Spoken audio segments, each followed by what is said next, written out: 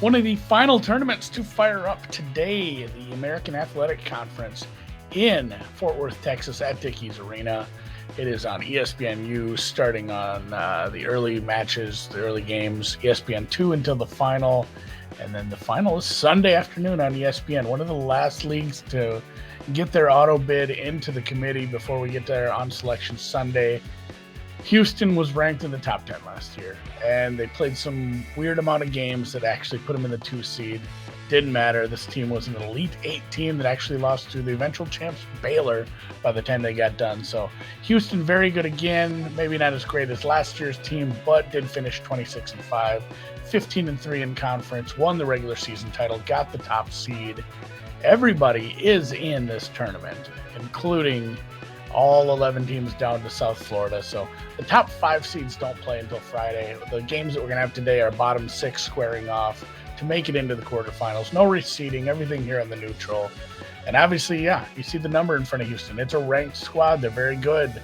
They're going dancing regardless. They don't need to win this to get in. It'd just be for improvement on seeding. Memphis a little closer to the bubble. I think they're on the right side of the cut line there. But getting a couple wins never hurts. So obviously some motivation for them to at least get to this final, make sure they get in on Selection Sunday here. Looking at the odds, you can see Houston, a big favorite, -145. And I guess to be fair, they do have a pretty easy path to the finals, whereas Memphis and SMU have to knock heads to get there. Memphis +350, SMU 7-1, and the other teams a lot bigger. 23, 27, big numbers as you go down there. For me, it was a weird one looking at the head-to-head matchups. Houston, very good team. Their presumptive finals matchup would be against a Memphis team who they've lost to every time they've played this year, which is weird because Memphis's semifinals matchup would be against SMU, which is a team they've lost to every time this year. SMU, to get there, would probably have to play Wichita State, who they have never beaten this year.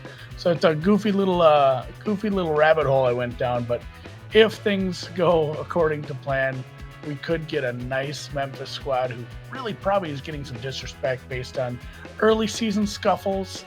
They have played really well outside of a bad loss to SMU.